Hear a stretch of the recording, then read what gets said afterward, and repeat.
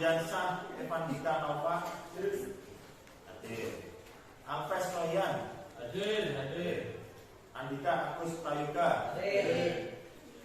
Bagas Yulianto Hadir. Bagus Kit Firul Hakim Claudia Agustina Indri Dinda Agnesia Eko Andrianto Emma Lulu Hadir. Veronica Riza Ima Vidya Pratama Hadir. Jayati ada? Otim Mas Sanda Putri Hadir. Muhammad Harun Rosyid Muhammad Harun Al Rosyid Muhammad Rafti Praduta Putri Kirana Restia Marta Ricardo Kakak Siti Yuanita Putri Sri Nur Widya Astuti Susi Susanti Syahida Nuriski Hadir. Berarti yang sakit tadi Adit Setio. Oke, terima kasih semuanya dalam belajar kali ini ya. Oke, gimana? Hari ini kabarnya gimana? Alhamdulillah. Masih semangat kan ya? Masih pagi kok ya. Semangat ya. Dalam pembelajaran kali ini ya, Pak Pengki ingin menyampaikan terkait materi komunikasi efektif. Ya, komunikasi efektif kali ini penting buat kalian. Komunikasi yang efektif itu akan bisa untuk membangun atau untuk karir kalian ya. Untuk pengertiannya sendiri, komunikasi apa? Ada yang tahu komunikasi? Komunikasi itu apa? Intinya Berbicara dengan antar dua orang atau lebih. Nah, bagus. Ada lagi? Apa? Kegiatan komunikasi pada prinsipnya itu adalah aktivitas pertukaran ide, ya, ide atau gagasan yang disampaikan dari satu pihak lain, ya, untuk menyelaraskan pandangan, ya. Misalkan Bapak ini gini, menyampaikan kepada mana, ya, misalkan Bapak ini ngomong, nah, rumah kamu mana? Misalkan ya, mana bilangnya itu Pak Jatirogo. Itu Pak dengannya kayak gini. Berarti dia paham apa yang saya tanyakan dan apa yang kami bicarakan. Kan ada juga komunikasi yang tidak sepaham antara pihak satu pihak lain. Yang dinamakan miskomunikasi. Nah, ya.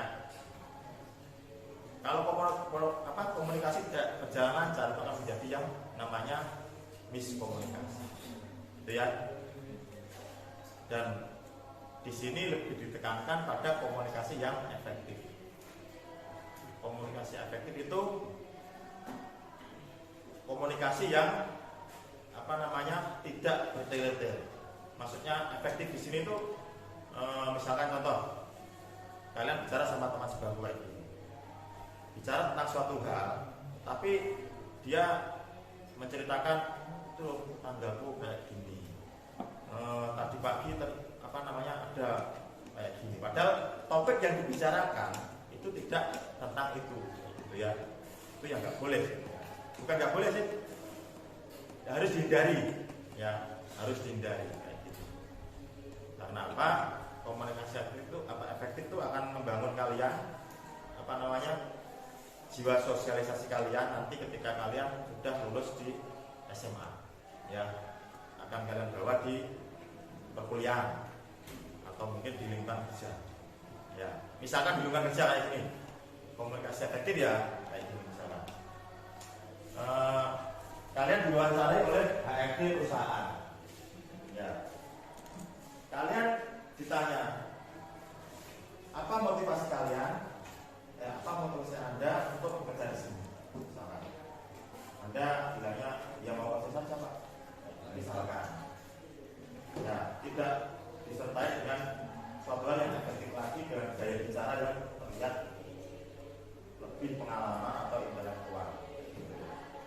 Atau mungkin ditanya, namamu siapa? Misalkan Pak Dita Pak. Terus rumahmu mana? Alamat kamu mana? Misalkan itu Pak, itu nggak boleh. Ya, hindari kata-kata yang oh ya gitu. Boleh dipakai tapi jarang-jarang. Ketika kalian wawancara kerja, ya, terus ditanya, terus bilangnya itu Pak, itu nggak boleh. Ya. Itu otomatis pihak yang ngetes, dalam hal ini HRD ya. HRD-nya itu akan, nah ini kok gak pede, kok kurang percaya diri, kok komunikasinya kurang enak, kurang efektif kayak gitu. Ya, itu yang misalkan yang akan mengurangi poin kalian. Begitu juga nanti di perkuliahan, ya, di perkuliahan nanti itu kalian akan bertemu dengan berbagai macam suku. Ya, kalau di SMA Kejuruan ini aja kan kalian apa namanya bertemunya paling mentok mana? Paling jauh mana ini? Gayang, ada Gayang. Apa ada? Jatirogo ada.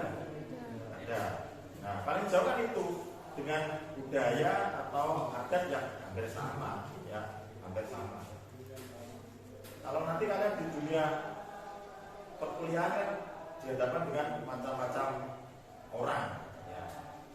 Ketika komunikasi kalian kurang bagus, ya, itu akan mengurangi poin kalian di temuan kalian. Benar enggak? Benar enggak? Ya. Ya. Kita diajak ngomong kan nggak enak ya. Makanya untuk itu belajar untuk berkomunikasi, terutama komunikasi yang efektif. Jadi ya di dalam hal ini apa namanya pribadi yang jangan menjadi pribadi yang introvert. Ya, komunikasi itu penting. Dalam hal apapun, dalam kehidupan apapun, dalam bidang apapun, komunikasi itu penting. Di keluarga nggak ada komunikasi, akan terjadi banyak masalah. Ya. Di kehidupan kelas kayak gini, kurang komunikasi antar teman, bisa jadi jotaan, ya, tengkar, nengan, kayak gitu ya. Di kehidupan apa namanya kerja, misalkan nanti di bulan kerja atau perkuliahan, komunikasi kurang bagus, kalian akan ketinggalan informasi. Ya, misalkan kalian malu untuk bertanya, malu untuk berkomunikasi sama teman, besok kuliahnya atau mungkin kuliahnya jam berapa, atau mungkin kayak gitu kan ya, atau mungkin tanya informasi lainnya tentang perkuliahan, kalian malu kayak gitu, nanti kalian akan ketinggalan. Ya. Dunia kerja kayak gitu juga. Kurangnya komunikasi dengan teman kerja atau mungkin dengan atasan, ya, itu akan berdampak pada kinerja kalian. Gitu ya. Jadi komunikasi itu penting. Terutama komunikasi yang efektif. Ya. Seefektif mungkin, ya. Misalnya kalian ngobrol sama teman, tiba-tiba adikku tadi pagi tiba-tiba jantung kayak gini. Dan itu kan nggak di luar topik, ya, itu nggak efektif kayak gitu. Ya. Jadi sebisa mungkin komunikasi yang efektif. Dan kalau misalkan cerita yang tadi itu bisa diselipkan di komunikasi yang mungkin lebih cair lagi, ya. Paham ya? Paham. Paham. Elemen-elemen yang ada dalam komunikasi, ya. Dalam komunikasi itu elemennya ada komunikator. Komunikator itu yang berbicara, yang menyampaikan ide atau gagasan, itu komunikator. Ya. Yang kedua ada pesan. Pesan atau ide yang akan disampaikan kepada lawan bicara. Ya. Ada medianya juga. Media itu apa Pak? Media itu bisa menggunakan mulut langsung atau bisa menggunakan sosial media. Ya. Dalam zaman secanggih ini, media sosial berperan penting untuk komunikasi juga. Ya. WA, apalagi biasanya Instagram, ya, Messenger bisa juga, Messenger Facebook bisa juga.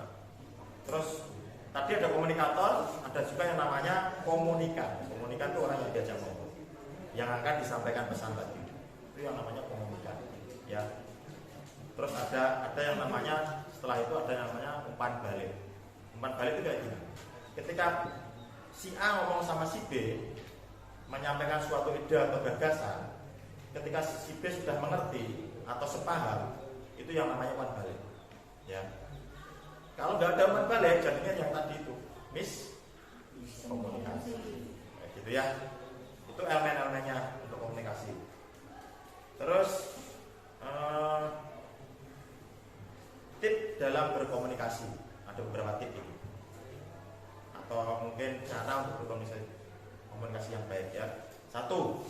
Gunakan kalimat yang seefektif mungkin. Ya. Yang seperti Pak Peggy bilang tadi ya, hindari kata-kata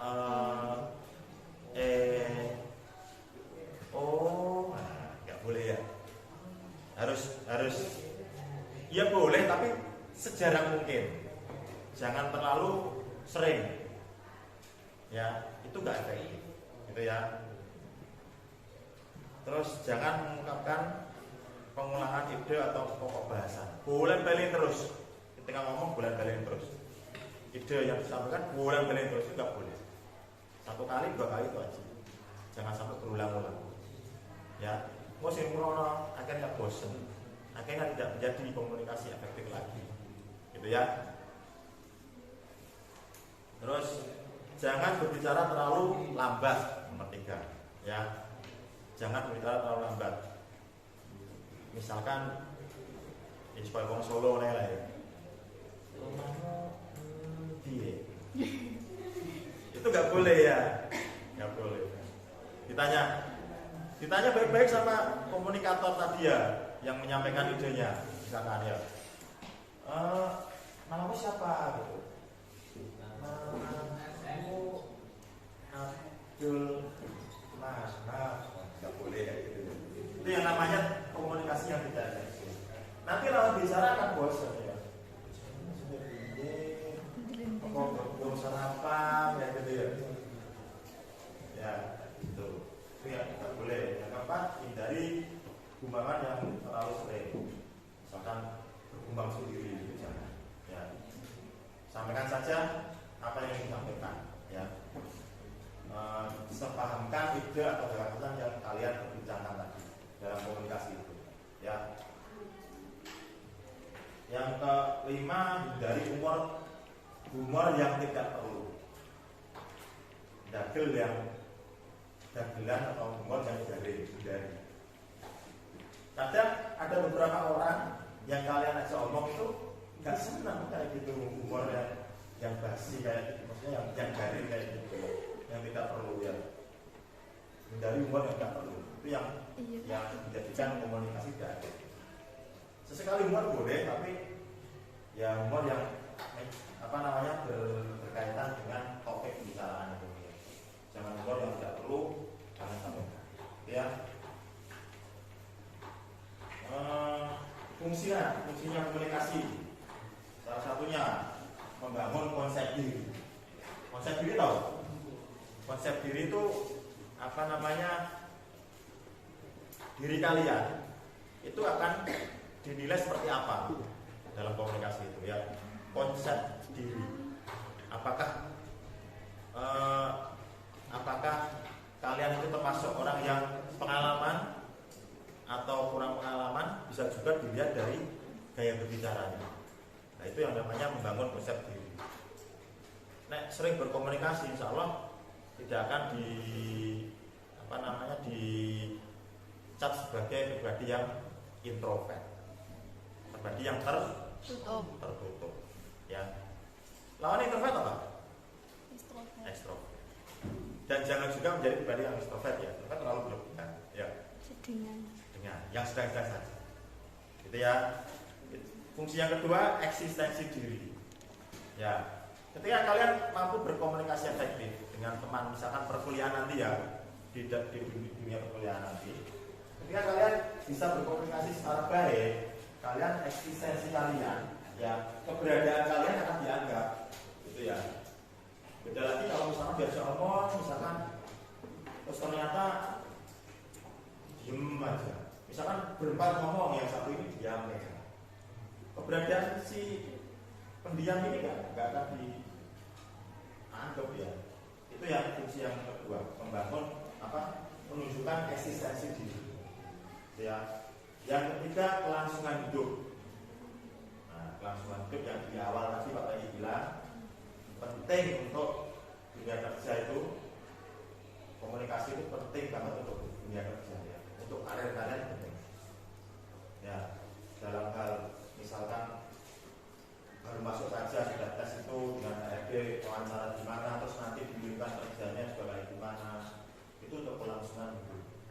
Misalkan kalian komunikasi kurang bagus dari awal wawancara pun kalian sudah tidak meyakinkan, ya otomatis HRD sudah mencoba sama kalian, akhirnya nganggur, kelangsungan hidup terhambat, ya.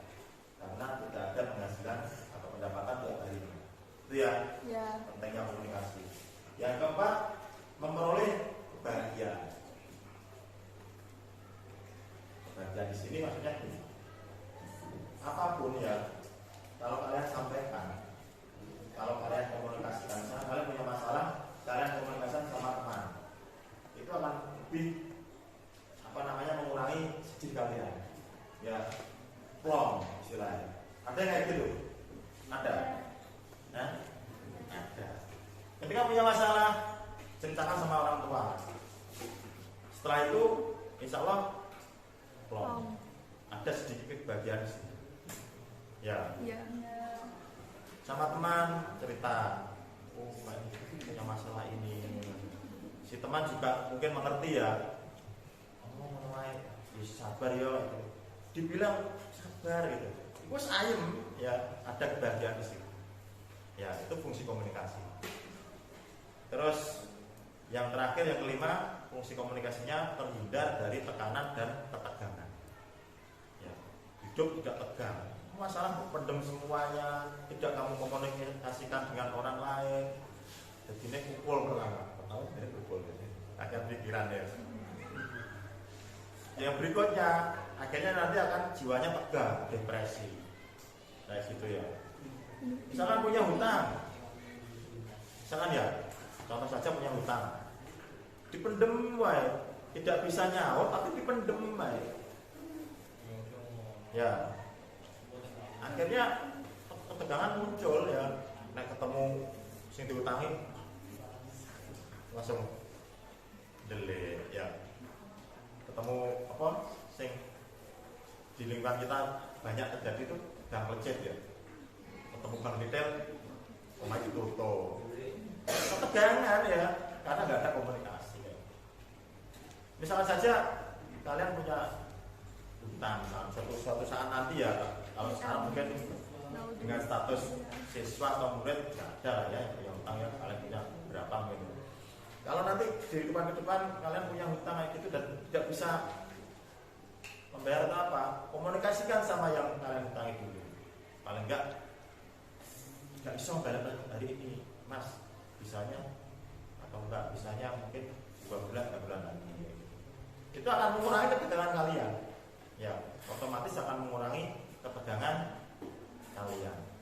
Ya. Itu fungsi dari komunikasi dan elemennya tadi sudah, dan tips untuk berkomunikasi juga sudah saya sampaikan ya.